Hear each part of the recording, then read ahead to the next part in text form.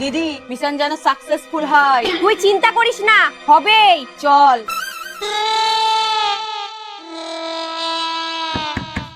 কে?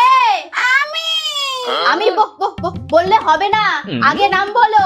আমার দুই বৌদি সকাল থেকে রং দেওয়ার জন্য ঘুরে বেড়াচ্ছে। জানি তো, তার জন্য যে একটা খবর দিতে এলাম। খবর? দাঁড়াও, খুলছি।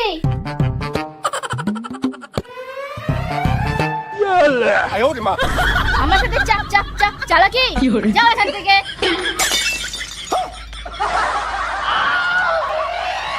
ধুর, তোর বুদ্ধি তো কোনো কাজেই লাগলো না। ও যেরকম বস্তা মাথায় দিয়ে আসবে কে জানে। যেভাবেই হোক আজকে ননদিনীকে রং মাখাবোই। এবার আমার বুদ্ধিটা দেখ।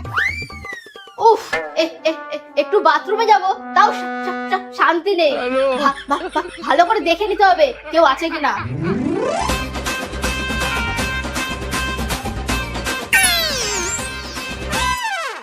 যাক বাবা, বেঁচে গেছি। দিদি মাখা, দিদি মাখা, দিদি মাখা।